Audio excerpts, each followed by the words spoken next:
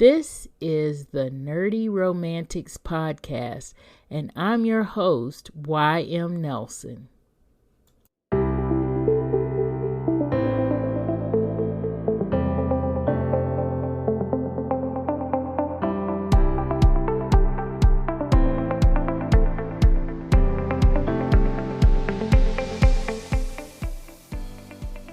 This episode of the Nerdy Romantics Podcast is a review of the new movie, The Batman, starring Robert Pattinson. This episode will contain spoilers, so if you haven't watched The Batman and you don't want to be spoiled, then take a moment, go see the movie, and then come back and join us for the discussion. Hello, Nerdy Romantics. Today we are talking The Batman, the newest installment in the Batman franchise of DC movies, starring Robert Pattinson as Bruce Wayne / Batman. Zoe Kravitz is Selena Kyle. Jeffrey Wright is Lieutenant Jim Gordon. Colin Farrell is Oz, otherwise known as the Penguin. And Paul Dano is the Riddler.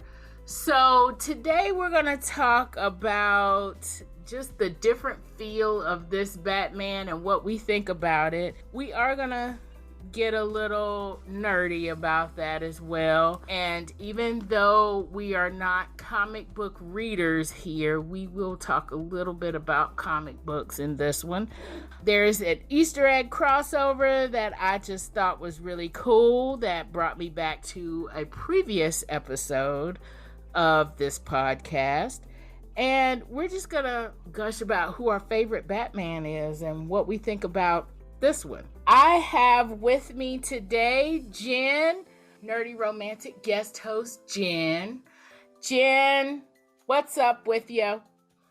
I am doing great. I'm so excited to be here and to talk about this movie with you. I love it. I loved this movie so much more than I thought I was going to. I'm in. I'm ready for this. Yes, I did too. I was very surprised. I knew I was going to talk about it because, of course, we have this series going on DCTV and movies in the podcast. So I said, I got to watch this Batman. And I did say it just like that.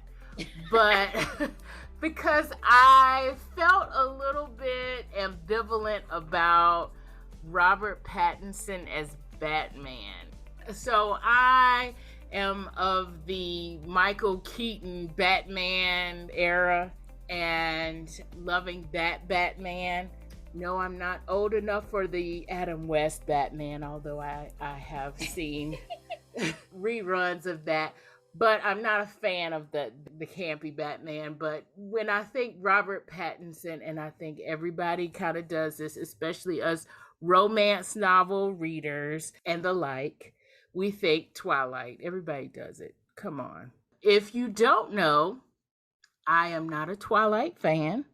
Obviously, because when Twilight came around, I was too old for Twilight anyway. But I am also a big nerd, if you didn't realize that. I mean, I'm hoping you realize this by now. I'm a big nerd, and vampire sparkling is not part of vampire lore. That is not why they shy away from the light, because they sparkle. So I had an issue with that.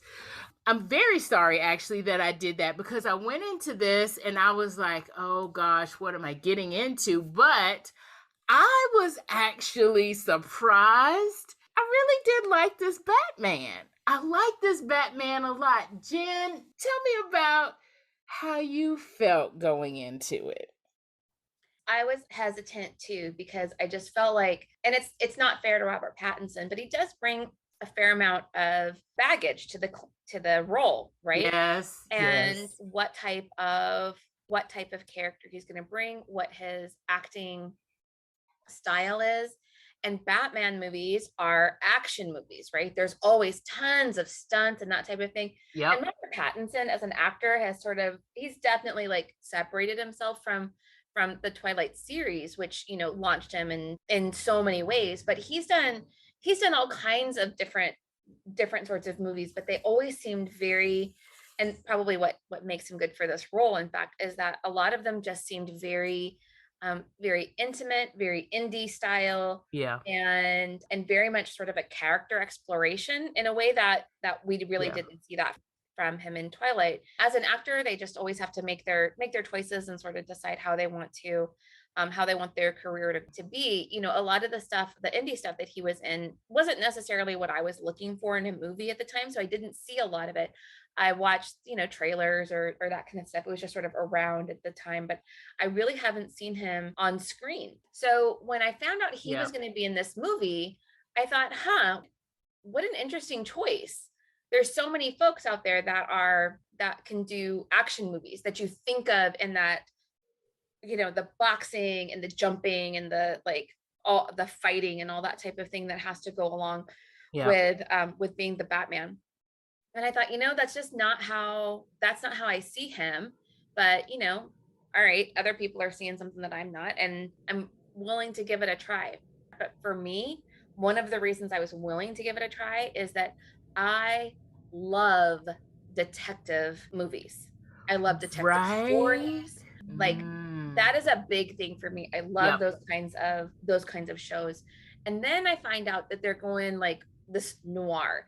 Noir a lot of times is used in popular media in the wrong way. Yeah. And they mean it because they just mean that, like, it's kind of dark. You know, like they've put a filter over stuff and they've made it dark, and that makes it noir, which isn't really what noir means. It's not. Right. And so I was kind of concerned that they were going, cheesy is not quite the right word, but the DC movies have been pretty uneven, if I'm being honest. Yeah. I haven't felt like they just haven't grabbed me in the same way that some of the other superhero movies have. I felt like DCTV has done some really great writing, some really great characters, really, you know, sort of bringing some fresh stories to television, where the movies they've been really uneven. Yeah. And so this one I was like, okay, are we going to do something cheesy with the dark, you know, with it being like dark, and where are they going with this? And are they going to try and be sort of like too cartoony with this? Yeah. Like campy. Yeah. Campy. Yeah. Campy was really was my concern, because it just didn't feel, I mean, camp can be great. I love me a campy movie. But I was really not sure that in the hands of some of the folks in the DC movie world, that was going to come off really well. So when I watched this movie, I was extremely pleasantly surprised. I was 100% in. I was watching the trailers before it came out, and I was like, this is looking very, very cool. So then when it did come out, my husband and I actually went to the movie theater to see it. Awesome. It might have been our first in theater movie in a very long time. Wow. It might have been. It was definitely one of them, because we were just getting back into the theaters and they were opening. And so to see it on the big screen, honestly, was really fantastic, because it's a 3-hour movie. It doesn't seem like you really want to sit through that long of a movie, but man, I didn't notice. That was another thing, is that I was worried about the pacing of this movie, that it was going to get boring, and, you know, where are they really going with this? But the length of it was really necessary, because to really make it a noir movie, with the atmosphere, the way that the scenes were shot, there's not a lot of dialogue. So there's actually a lot that goes on just with the music. There's a lot that goes on in the silence. There's a lot that goes on to just watch and be a part of, which when you think about Batman, makes perfect sense, because he spends a lot of time watching and observing people. Yes. So you have to be quiet. You have to be in that surveillance mode. And what they did with the camera angles and the scene setups to make you feel like you were right there with Batman, trying to watch, not being able to fully see what was happening, sort of watching between the walls or between the other interference. It just made the movie so engaging and just like enveloped you in that world. And I was so impressed. Right. Yeah, me too. I was so surprised and so impressed that I watched this, by the way, I watched this on HBO Max, and it is now on HBO Max at the time of this recording. There are a few extras on HBO Max, and one of the extras it's called The Batman Genesis. In other words, it's basically the one of the main producers talking about, creating the movie. And after I finished watching it, I was like, I need something else. I need something else. So I started watching these.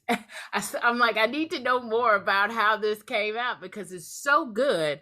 You mentioned noir and the detective style, which you get that right away. You probably even get that before you go in if you actually watch or look at a little bit of internet stuff around it. It probably tells you that. But I tried to go in this with kind of blinders on. Absolutely. I already had my reservations because of Robert Pattinson, but I wanted to because I have a tendency to do that research thing a little bit too much and almost spoil the movie for myself. So I didn't want to do that. But afterwards, I really wanted to do that. I really wanted to look up everything. So the producer is the producer and director that they had on doing most of this Genesis extra, talked about how he came up with that whole detective concept. And he started from the very first appearance of Batman, the very first, Batman comic. And from there, he built on to that whole detective vibe, which we don't always get that detective vibe in the other Batmans. And so exactly. Yeah. If you're just watching Batman you're getting a little bit of that. Well, he's a superhero kind of, he's really a guy with a lot of cool tech, but he doesn't have superpowers or anything.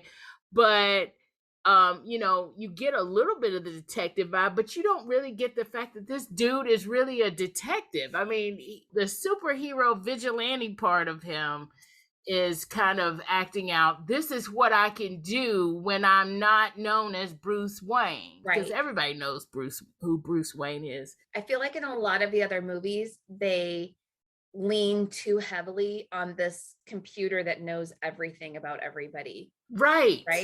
And exactly. So all he has to do is go check in with the Bat computer, and he can find any person in the city. Exactly. He knows their entire history, who they're connected to. There's no mystery in any of it. It's sort of like, it's almost like that becomes the filler in between the stunts. Right. It's that. And then, of course, in the Chris Nolan, the Dark Knight whole series, it's always been somebody helping Bruce Wayne, Batman, to figure these things out. He has the Bat computer, he has the tech, right? But then it's Morgan Freeman's character, which is, I'm getting lost on the name right now, but his last name is Fox. His character's last name is Fox. He's always had somebody helping him. And in this particular Batman, it's like there's nobody helping him. Bruce Wayne has these detective skills. He's actually doing the looking, putting these things together of what is happening in order to catch the bad guys, right? And exactly. I love that. And kind of getting back to this extra, the producer talks about, that first Batman comic and about the detective vibe. And I'm thinking, I'm not a comic book reader, so where did the detective vibe come from? And it turns out that the first appearance of Batman in 1939 is in a detective story. That is how he is put out there in 1939. He is the greatest detective. That's the basis for this whole character. That's where it comes from. And so the fact that we go back to that kind of era, and two, it's kind of interesting that Batman was created in 1939. The noir film cinematic thing that happens is in the 1940s, 1950s. Jen's right. It's not just about making things go dark. There's some signature things that they do. When they first start out in this movie, it's kind of that narrator thing going on. And it's like, oh my gosh, that's like classic noir. It's like the main character, the detective, is narrating his thoughts, right? Right. And so he does that in specific points throughout. And of course, he does it at the end, to kind of sum up everything. And that is straight noir film right there. It's classic. It's not just that this movie is dark. It has the actual markers of a noir film. Mm-hmm. Mm-hmm. I think one of the other big things with a noir film too is that there's a whole plot line that's happening, but there's also this character exploration that's happening. Yes. Where usually the main character is the one who is finding out something about themselves that they never put together and they never realized. Yeah, it's like existential. Yes. Good job. That's exactly the word. Yes. They think that they're just sort of going along and living their lives and so forth. And then somewhere along the way, they have this existential realization about who they really are and how they really present themselves to the world and how they view themselves internally, as well as what that actually means. And it's that type of exploration, I think, that really sets that whole film category apart. Yeah. So even though he's not relying on necessarily a back computer or anything here, he does there is a lot of cool tech going on. There's a lot of cool tech going on with the actual story and actually, putting the story together, like the whole thumb drive thing. That was funny. That was dark, but it was funny. Oh, yeah. They were like thumb drive, and then they were like looking like, are you kidding me right now? I know. Oh God. But yeah. Jen was mentioning before we started recording that there was also some actual tech that went into making this whole film be that noir film, be that cool noir film. Tell us about that. Well, I don't know if it really adds so much to the noirness, but it definitely goes with Batman's cutting edge technology that he always uses. So, in a lot of these really big, massive films, we're very used to the behind the scenes visuals are always showing them sort of operating on a green screen stage, right? So everything that they are walking on, everything that they're touching, it's all green screen. There's like dots all over the place for tracking purposes, that type of thing. And they've definitely, like, Hollywood has used that to its advantage. We've been able to go to all the different planets and even sometimes when it's a scene that's taking place within on this planet, they still are able to use those stages to their advantage to just rig up all kinds of great stuff. What they did in the Batman is, instead of the entire background area being green screened, they used LED screens. And what that means is that they were able to program all these different screens together, and then they're able to show whatever it is they want you to see onto those screens. So that means if the actors are looking out a window at Gotham in front of them, that's what the LED screens are showing them, Gotham at night or Gotham at sunset or what have you. And what that does is that it sort of creates a little bit more reality where you don't have that as much of a differentiation between like the green screen that the actors and what that background is eventually going to be. But I think that the other thing that it does is, I can only imagine how difficult it is as an actor to be able to act and behave and emote in a room that's basically all green, right? Where everything's fake and if you need to, you're talking to tennis ball on a stick, right? Right. Because, we're going to add that in post. We're going to add that in post. Instead, what these actors were able to do is that, again, if they were standing there and trying to create a visual of the city of Gotham, because there's there's always a whole thing about how Gotham is one of the characters in the movie, and how it plays its own sort of like, it has its own sort of personality. Yeah. The same way that New York City does, that kind of thing. But so what they're able to do is they're kind of able to put that all on screen. And so it gives you a little bit more of an immersive reality for the actors to be in. Right. But because of the way that it's captured on film, it also provides a little bit more reality, where you just feel a little bit more ensconced in the city, because it's literally, that's what surrounds the actors too. There is a little behind the scenes thing in HBO too, where they talked about this and the way that they were able to sort of change the lighting and change the visuals. It just gave them a lot more freedom in real time. This is the way we're going to shoot it. We're going to, this is the angles that we're going to have. This is the lighting that we want. And to be able to make all those changes in real time versus making them, a month or two after this scene has been shot. Now we're going to add the visuals later, all that kind of stuff. It just sort of all comes together a little bit more realistically, I guess you could say, which, I mean, not realistic because they're still on LED screens, right? There's just like a bunch of right. But it doesn't seem, now that you say that, it doesn't seem that it's like a lot of jump cuts. There are a lot of more, it feels like it's more fluid. Yeah. Especially in like the fight scenes. Exactly. It feels more fluid. You mentioned it doesn't necessarily help so much with the noir, but it kind of does help with the detective part, because he's doing a lot of looking through, binoculars or his tech eye thingies. He's doing a lot of that, and he's peering into a lot of different places as he's doing his whole detective bit. And that seemed very realistic.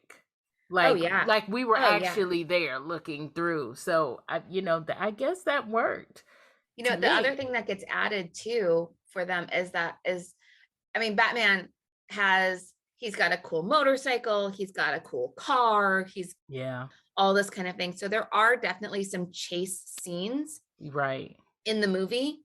Oh my God, go watch that behind the scenes thing, because you'll be shocked at how they shot some of that stuff. Those cars are not moving. That is so surprising to me. Oh yeah, they've got. Gosh, those so actors surprising. are in the car, and they've got these LED screens all around them, and on the LED screen, the city is going by fast, so they can set it up in so many different ways for the actors, to interact with, but they're able to. The actor stays still and the city moves around them. So all the different effects that they're able to do with the fire or with things coming at you, all that kind of good stuff. Oh, it was pretty phenomenal. I love watching behind the scenes stuff. I love sort of watching how things get made. I don't want to see any of it beforehand. But after I've seen the movie, I want to know it all. I want to see all the wires. Especially, it's a good movie when you want to see all that stuff. Especially if it's like an action movie. And that's kind of how it was at the end of this. And I was thinking, when I saw that it was 3 hours, I was like, oh Lord, 3 hours? Are you kidding me with this? But I know, we were all worried. But then at the end of it, I was like, okay, that was 3 hours? I will say though, I watched the first hour and then I stopped because I had to. It was a time constraint. I had to stop. And so I ended up watching it 1 hour and then 2 hours. But still at the same time, if the pacing is off, or if the story is off, or if it's not interesting, it doesn't matter. If you break it up into a million pieces, you're gonna feel like this is too long. But that's not what I felt at the end of this. I mean, I loved this movie. I can't say it enough. I will say this. Yes, Jen, I'm totally with you, and everybody else feels the same way. DC and their movies are very uneven. I think part of it is over the years, they've had different production companies. They don't have that seamlessness that Marvel has or that Marvel had with the whole Avengers and with everything that they have had coming after it. You know, a lot of people are like, why isn't Spider-Man on Disney Plus? And I keep trying to tell people, Spider-Man came out before the whole MCU thing happened. And it's just a nerd thing. And then, you know, the whole it's so nerdy. And then the whole X-Men thing with Fox and Marvel and you know, all of that kind of stuff. And that's why X-Men, that's why a few of those movies, I feel like those were uneven. When Marvel came out with the whole MCU and Iron Man, you know, being the first thing, from what I've gathered over internet research, they planned out that whole first 10 years that we got. They planned that whole thing out. And so that's why it happens in a seamless way. That's why the tones of the movies are consistent. Exactly. DC doesn't really have that. Right. So that's why we get this unevenness to a certain extent. But you know, there are a few times where it's like there are a few movies and a few maybe shows that I know DC doesn't want to go in this way, but their characters to me lend itself to go in this way. And this is one of those movies. It's noir, yes, but it's also dark. This movie is rated PG-13, and it is as close to R as you can get and still be PG-13, I think. I think that's where DC kind of needs to live. They're not like Marvel in the fact that Marvel likes to do that whole, we're serious, but we're a little sarcastic along the way. They love their sarcastic quips. They love that it's serious, but it's actiony, and it has a little bit of camp over the top, but not a lot. The camp is like almost like a parody. They're parodying themselves, kind of thing, and that's where aware. And that's where they live. You know, that's where Marvel lives, and that's where they shine. And I think with DC, I think everything that I've seen that really shines from DC is dark. It has a little dark edge to it. And I know that that's hard to hear, DC, because what that does is it tends to take that whole family vibe out of stuff. Yeah. But these are your characters. These are what your characters, I think, do best. I mean, this movie is noir, but it's also dark. I'm also thinking about The Watchmen on HBO. That was a little dark. We just talked about Titans, and Titans is amazing to me. But Titans is HBO definitely, and it's not for kids.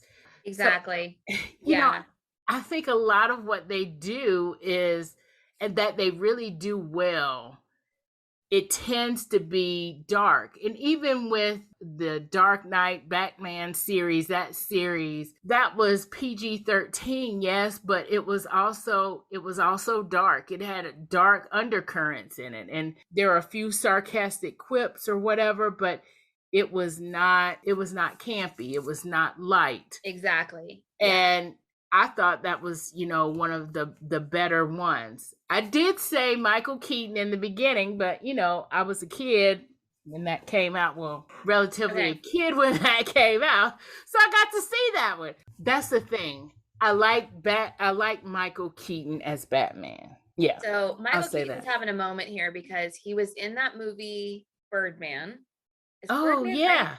Yeah. Yep. Where he was like, I used to play a superhero, and now I'm like old, so you know I'm not cool anymore.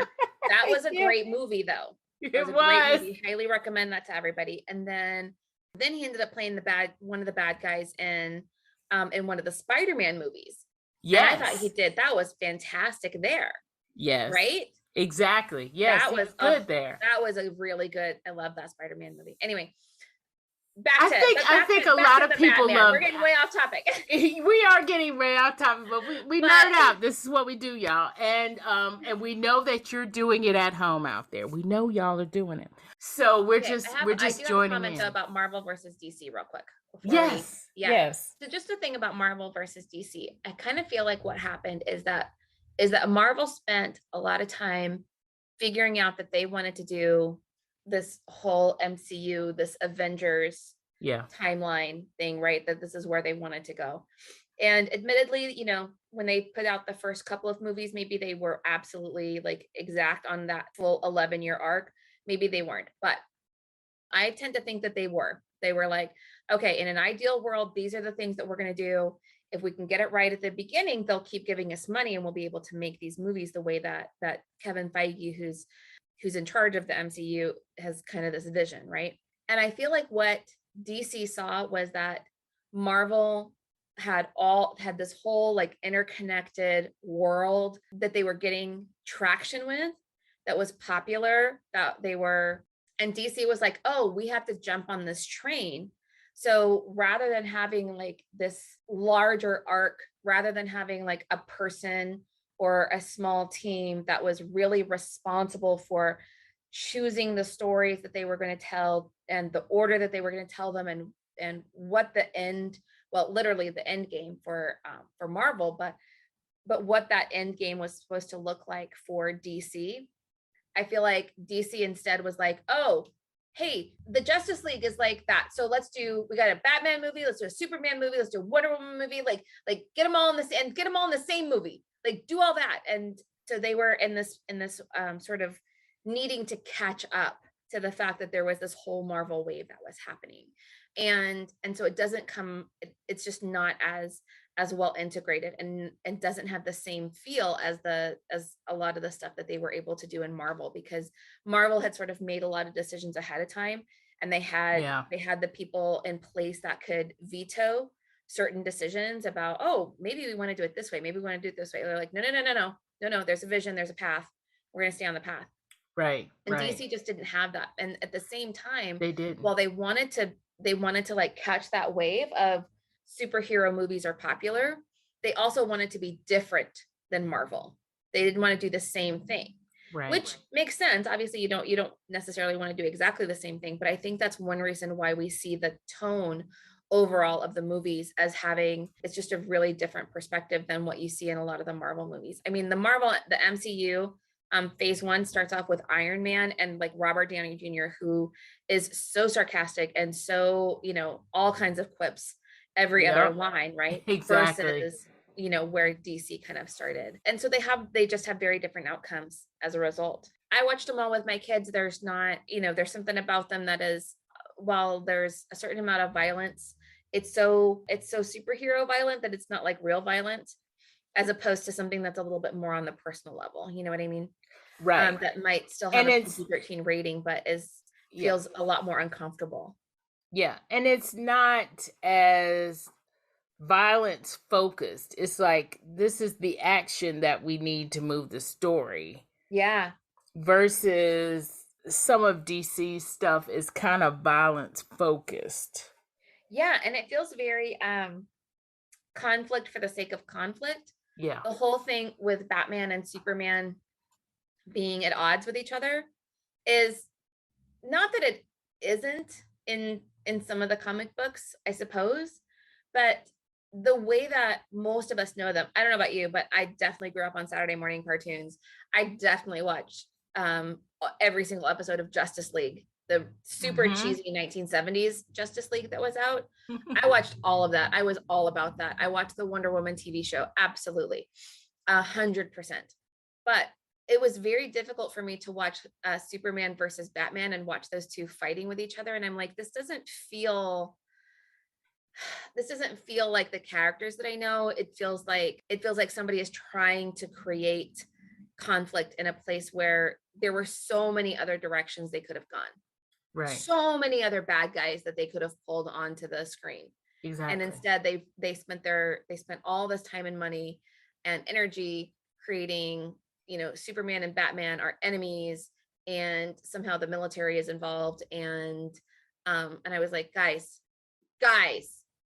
oh well, Yeah. you know. And I think, yeah, it does happen in the comics somewhere, but that's the thing about the comics. It's like these comics have been out since 1939. DC has a serious multiverse going on, and there are a lot of stories that intertwine. And in one of them, yes, Batman and Superman may be fighting in one of those. I think they are.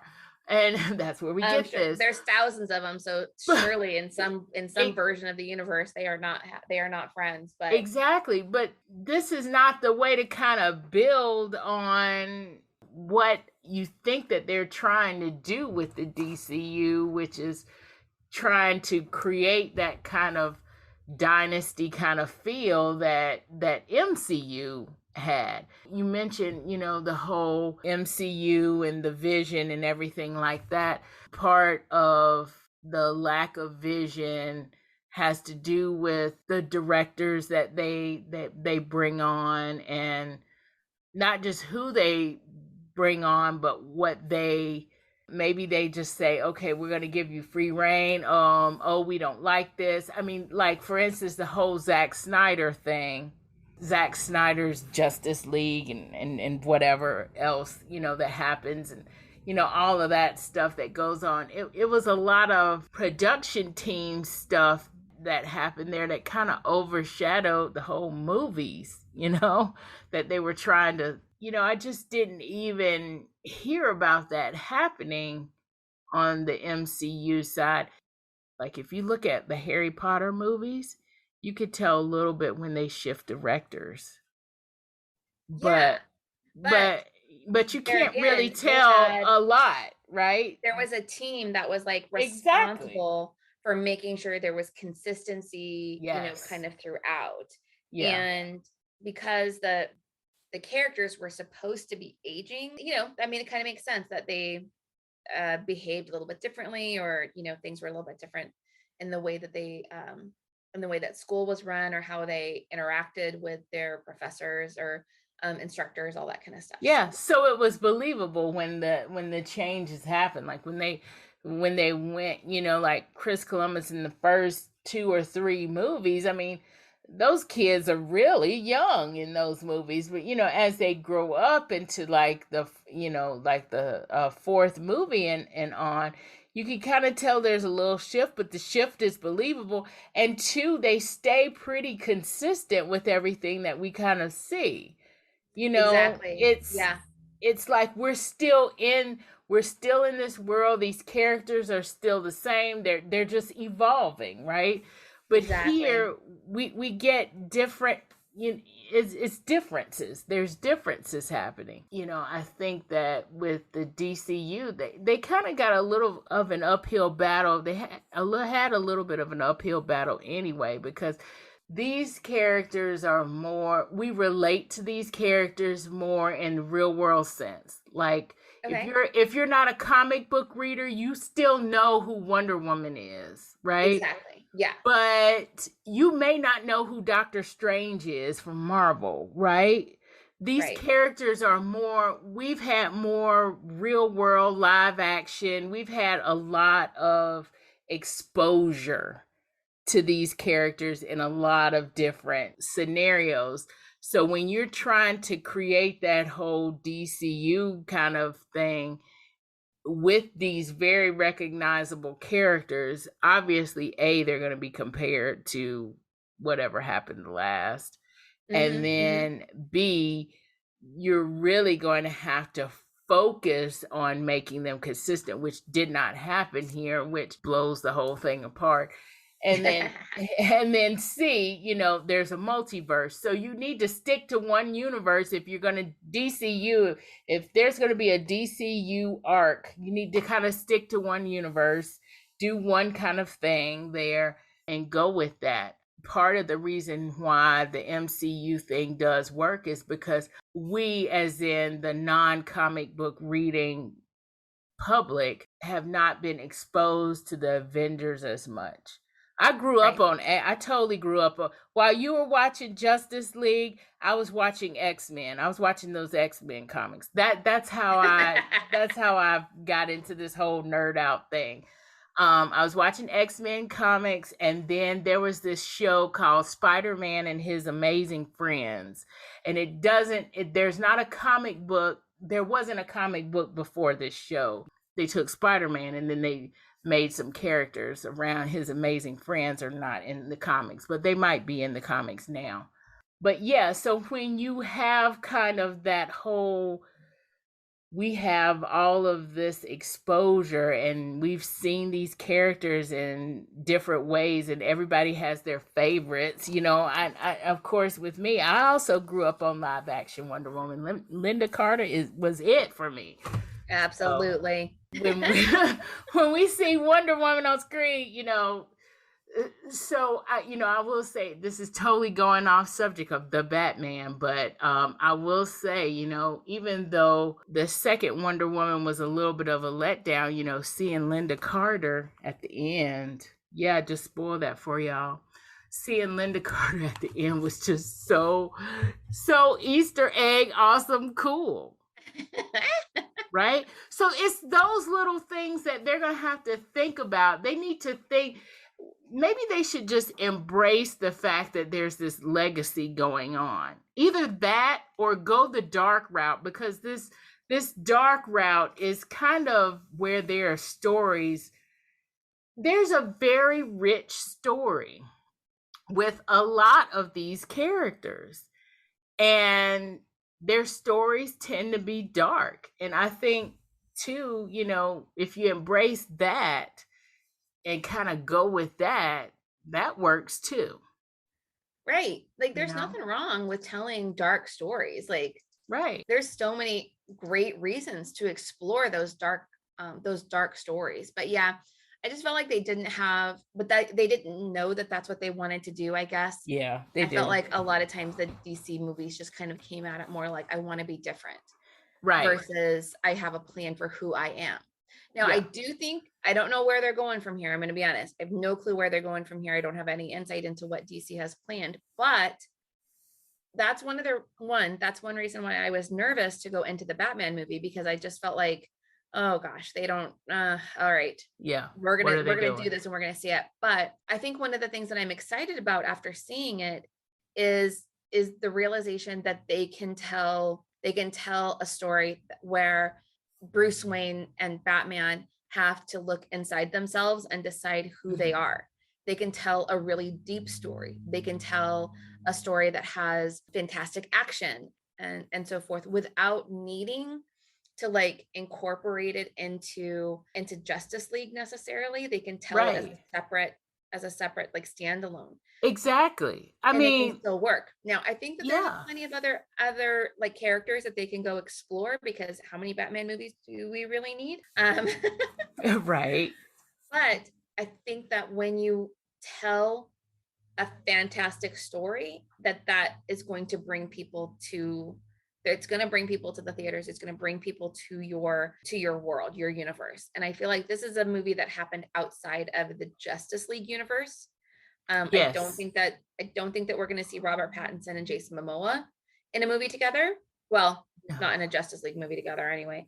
I don't think that's kind of where this is headed, which is kind of I have mixed feelings about that, because I do want to continue to see the Justice League develop. I want to continue to see more stories being told and see where they want to take it. But I really want them to have a plan for those bigger stories. And where the Batman feels like it was a very self-contained. Yes. Thing. They definitely like left it. If you guys haven't seen it yet, there's definitely a little bit at the end that implies that there is going to be more of this. And I don't know what Robert Pattinson's contract is that he signed as to how many movies he's gonna be in this world and as this progresses. But it definitely feels like something that is separate from what we're getting in Justice League at the moment. So yeah, I mean, I totally agree with that. I feel like coming away from this, I feel like this was a Batman reboot for me, and this is rebooting, especially looking at the end of it and kind of how that ending kind of leaves you thinking they might do part 2 and part 3 and all of this other stuff. And we can see some more going on here at the end. To me, that's kind of exciting, especially considering that we've got Robert Pattinson as Batman Bruce Wayne, which I was pleasantly surprised by. And we've got Zoe Kravitz as Selena Kyle. She is perfect in this role. I'm sorry. Oh my God. My God. We haven't even talked about Zoe Kravitz yet. She and I'm going to talk about her now. We're going to talk characters. I know I probably said this in the beginning, but there are spoilers, and we might do a few spoilers here. Zoe Kravitz as Selena Kyle. I have not seen a Catwoman as energizing and as good, except for Eartha Kitt. Julie Newmar is a close second. This is how I rank Catwoman. Eartha Kitt, number 1. Julie Newmar, number 2. Zoe Kravitz is kind of, right now, she's kind of in between there. She's in between these two ladies. I mean, and that's only because, the other two ladies, they had a history. These were iconic characters for them. And of course, this is only one movie that we've seen Zoe Kravitz play Selena Kyle. But she did that thing, y'all. Oh my God, she was so good. Amazing. So good. What we get here is, again, for us non-comic book readers, we get the complexity of the relationship between Batman and Catwoman. We haven't always gotten that in other movies. Catwoman has always been, and even though us nerds know that Catwoman is complex, she's not a villain. She's more like an anti-hero. Right. And so we know this going in, but seeing her being portrayed in different movies, it makes her two-dimensional. And she's not a two-dimensional character, just like she's almost like a foil of Batman to me. Yes. Yeah. And we don't see that anywhere in the movies or in the TV shows necessarily. But you really do see that here. You see that she is a foil of Batman. She's complex like Batman. She's got issues. She wants to do good. She has these, but there's this bad streak going on, and there's this whole, you see this whole dynamic between them. And we also know that there's kind of this romantic tension that will always be whatever. And who knows if anything happened in the comics, again, not comic book readers, but if it doesn't happen, it's juicy. We're cool that if it doesn't happen, because it could just stay that way, because this is how they kind of exist in my mind. They are always wanting, and they're foils of each other. And it's just amazing to see that develop. But yeah, Jen, I don't want to take up, I don't want to take up all the time. No, that's okay. Tell me what you think about Selena Kyle. And okay. Yeah. So here's what I loved about her. We start with her wanting to figure out what happened to her friend, right? So that's step one. She wants to find out what happened to her friend. But then we find out that there's so many other things that are going on with Selena Kyle, so many reasons as to why she is the way that she is, and the choices that she makes. Because what I think that does for us is it gives us so many more layers to her, as opposed to some of the other iterations of Catwoman, where she's just a cat burglar, right? She's there exactly. To, she's making her own buck, right? Where this version of Selena Kyle is much more of a vigilante, where she is trying to bring justice to a situation where there is no justice, and nobody else is going to do it except for her. And I think that's one of the great themes that this movie really plays around with. What is how is justice enacted? Who gets justice?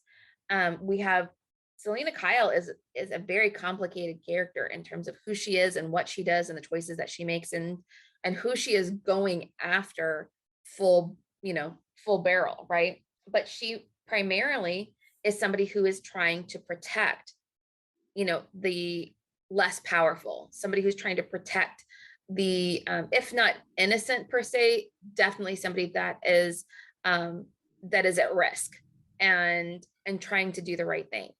And I think that's kind of what, in this version, she actually is a lot closer to the type of character that Batman is hoping that he is, the type of character that that Bruce Wayne wants Batman to be, who is, fighting for the little guy and is trying to bring justice to a situation that is very complicated. Right. And I really love that. And then, and we'll talk about this more when we get to the Riddler, about, his version of what that looks like. Yeah. But yeah, I love the Selena Kyle. I love one of the things with Batman is, you're going to get into some issues, some parent issues, daddy issues, mommy issues, whatever you want to call it. And Selena Kyle's got her version of of how her life is complicated too, and how her parents are maybe didn't set her up in the healthiest way per se. So right.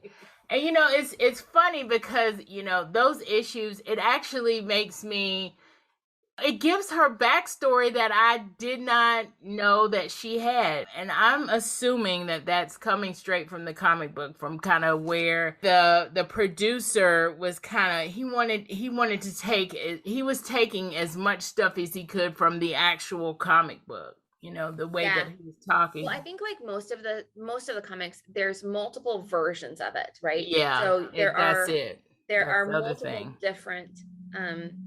different backstories for Catwoman, depending on like which series you pick up. Right. So because Catwoman has her own line of comic books, she appears in as a side character in Batman comic books as and as a more of a bad guy in some of like the Justice League type stuff.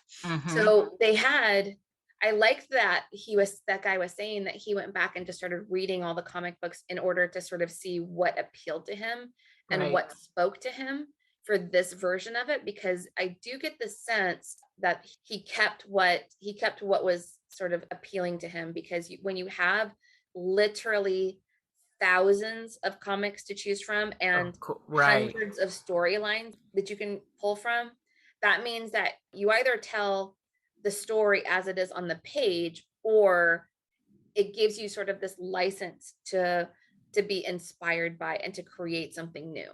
And I don't know the comics well enough to be able to say exactly what he did, but I think that what he did brings something brand new to the DC movie universe for sure. Right. It definitely does.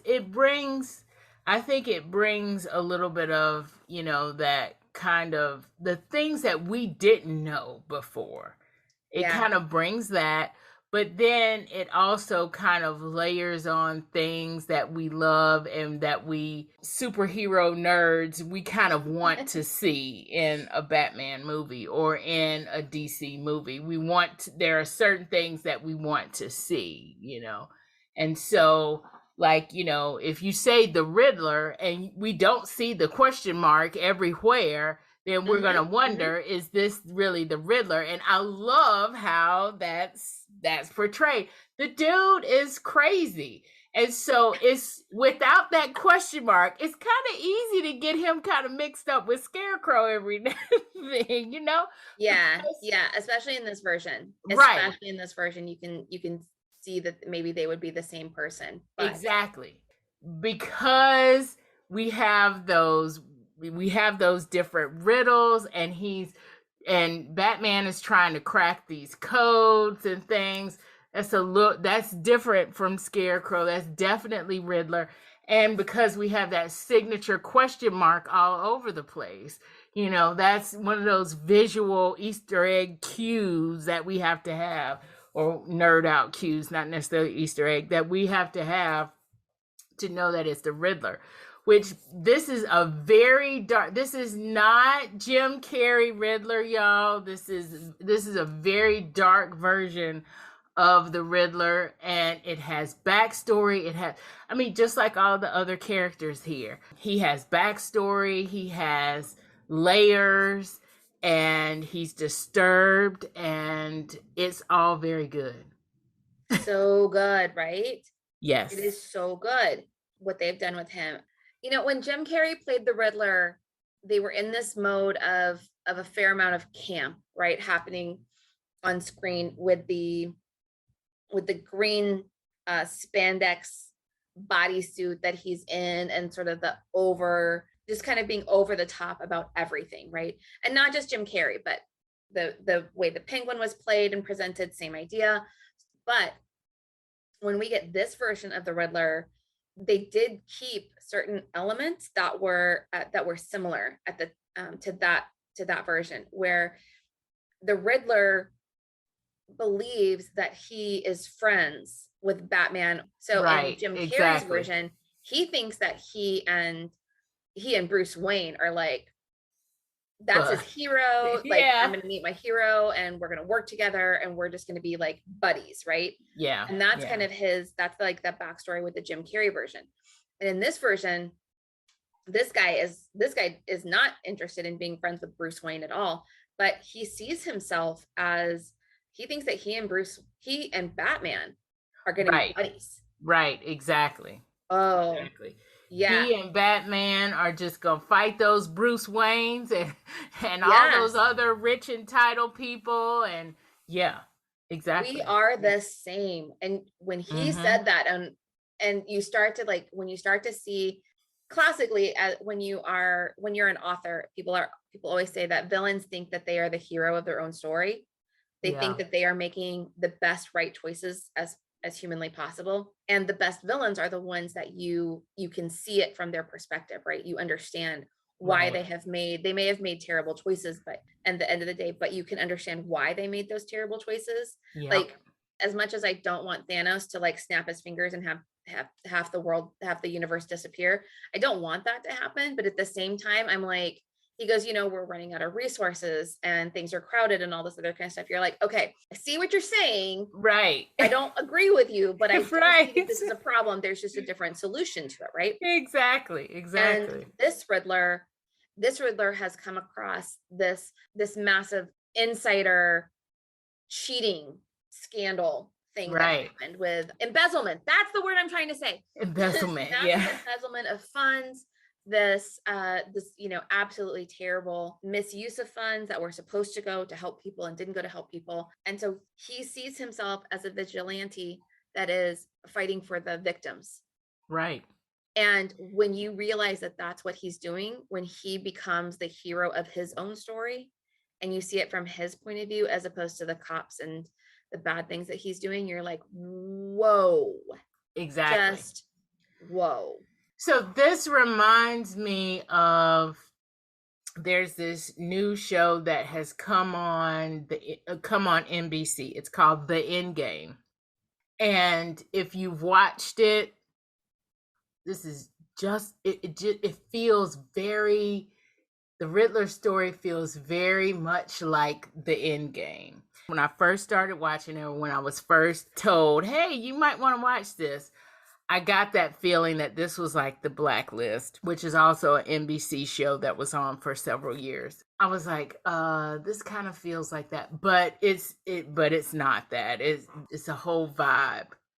And that's what I get here from the Batman. It's like a whole vibe. It's like the good guys are not exactly the good guys that we thought they were. Yeah. And the bad guys are really exposing the bad from the good guys kind of feel. Are we siding with the good guys or are we siding with the bad guys? You feel that ambivalence when you're watching that show. you feel that ambivalence here as well. It's like, okay, I want to be on the side of the good guys, but should I be on the side of the good guys? Yeah. Should I be on the side of the bad guys? I mean, I People can are a see lot where more they've been gray. wronged. Yes. And I think that's what noir does so much better, Yes. so really well, is that it really paints a picture of the world being a lot more gray than we give it credit for. It's so easy to think that the world is made of good people and bad people, that there's very clearly, an us versus them type of a feeling. And in this movie particularly, we see so much more gray happening. And as you kind of go down that gray journey, you're like, oh, so who and how that impacts their own worldview, and how that impacts the way that they see themselves as a person. Yeah.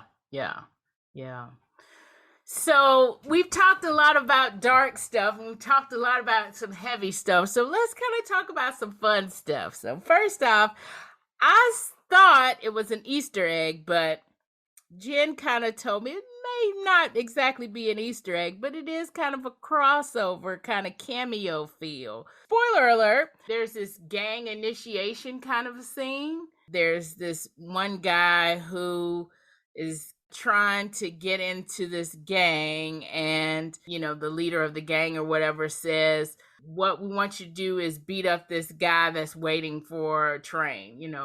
So this guy is like a little bit hesitant. The gang initiate is like a little bit hesitant about wanting to beat up this guy. This is what we have to do to be joined into this gang. He's not really sure about it. So there's this tense moment there, and I'm looking at the guy and I'm thinking, hey, this guy looks familiar. So it turns out, absolutely. Turns out this guy also plays Tim Drake from Titans on season 3 of Titans, which of course we talked about in episode 15. Tim Drake, Jen tells me, is actually one of the Robins in the comic book. Turns out he's the third Robin in the comic book, Red Robin, right? Right, yeah. He's the third one. So we don't know here in the Batman if something's going to happen with that, or if it's just kind of a coincidence, a cameo kind of thing in this movie. But wouldn't that be neat if it did? Right? That would be so cool. That'd be awesome. We get Robin in there.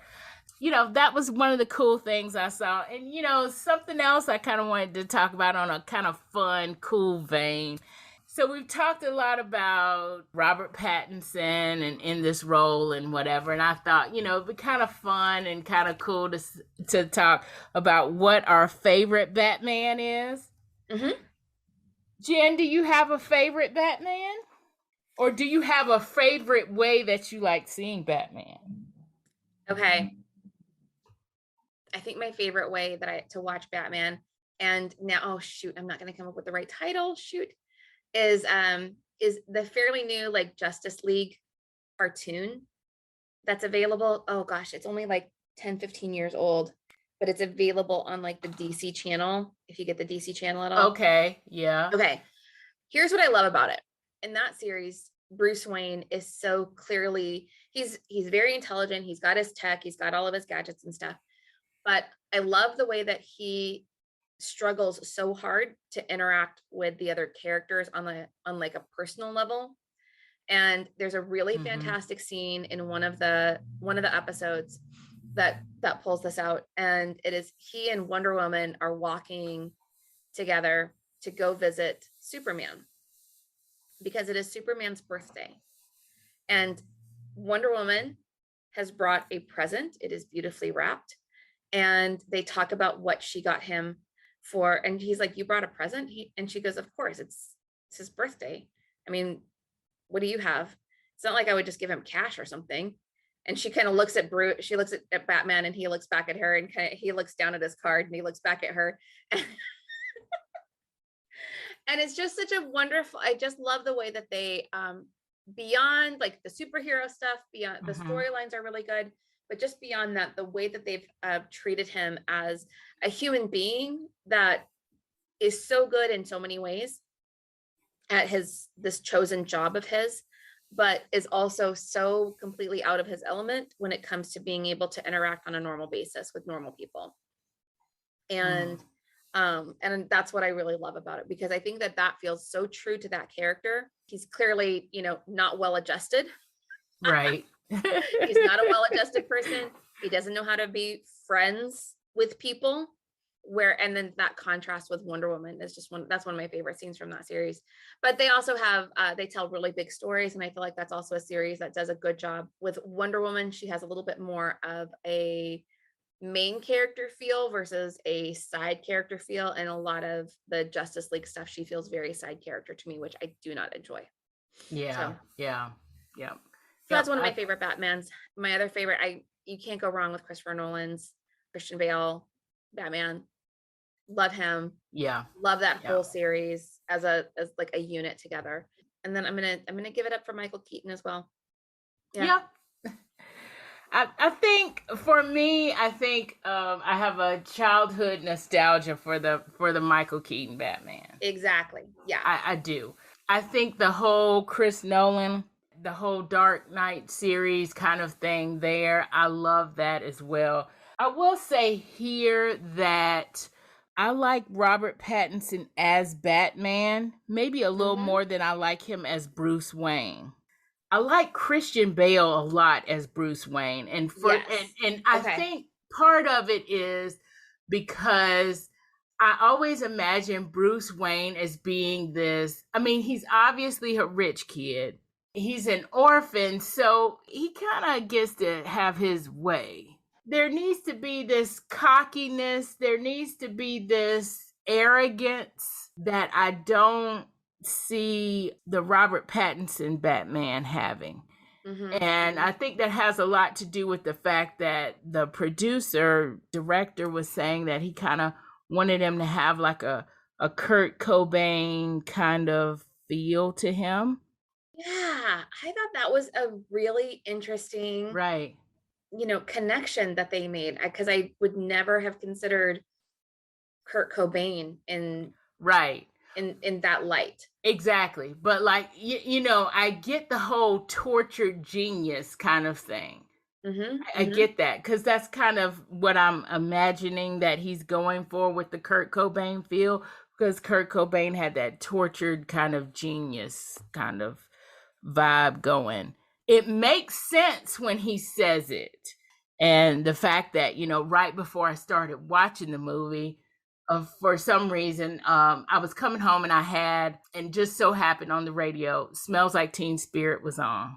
I was like, okay, this is interesting. And then, of course, I'm like, okay, yeah, tonight I'm going to watch the Batman, or I'm going to at least start watching the Batman. And then, I start watching, and the first thing that comes on is a Nirvana song, so I'm like, oh, this is kind of eerie. That was just a side note, but I get it, but that's not how I imagine Bruce Wayne to be.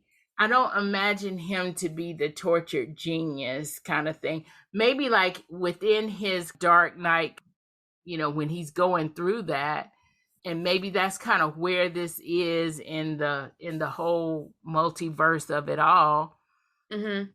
Maybe that's how he's envisioning it. But I like the Christian Bale cockiness of Bruce Wayne. Agreed.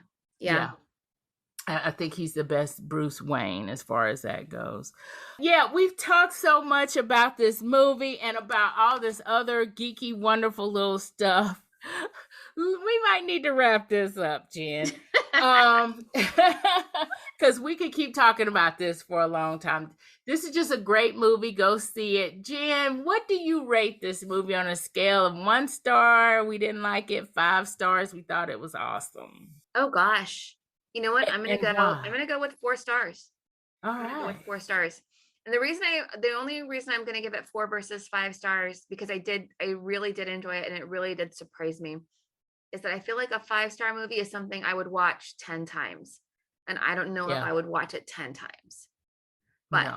Yeah. I thought that because the surprise factor of enjoying it so much more than I was prepared for, the surprise factor of them actually pulling it off and sticking and having something that is so completely separate than the rest of the DC movies, that part all just made me so happy.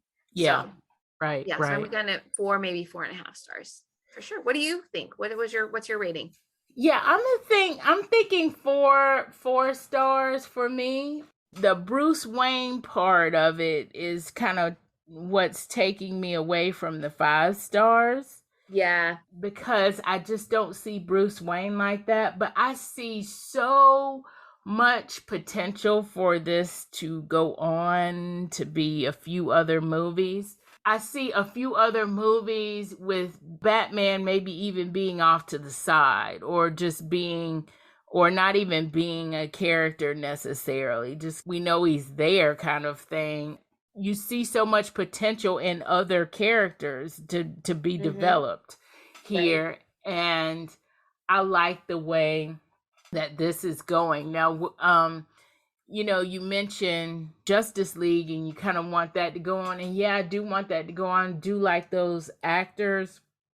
But I don't see that marrying with this at any point in time. No, So, I don't either. So if it's between, which one do we go with? I want to go with the Batman kind of. I want to see how many installments we can get out of this because it's just so rich with story. You're right. It surprised me too. Mm-hmm. I'm with it. I'm there. I would give it 4 stars. We hope that you enjoyed our very lengthy but very fun geek out session about the Batman and that you will see it. I'm not sure if it's still in theaters. It is on HBO Max as of this recording. So go out and watch it. So that's it for this episode. Please subscribe to Nerdy Romantics Podcast wherever you get your podcast to be notified anytime a new episode drops. And if you like what you're hearing, please rate and review. The links are in my show notes at ymnelson.com, along with a lot of other links for books and other items that we talked about on our show. And if you really like what you're hearing, click the Buy Me a Coffee button while you're there to support us. Thank you for listening.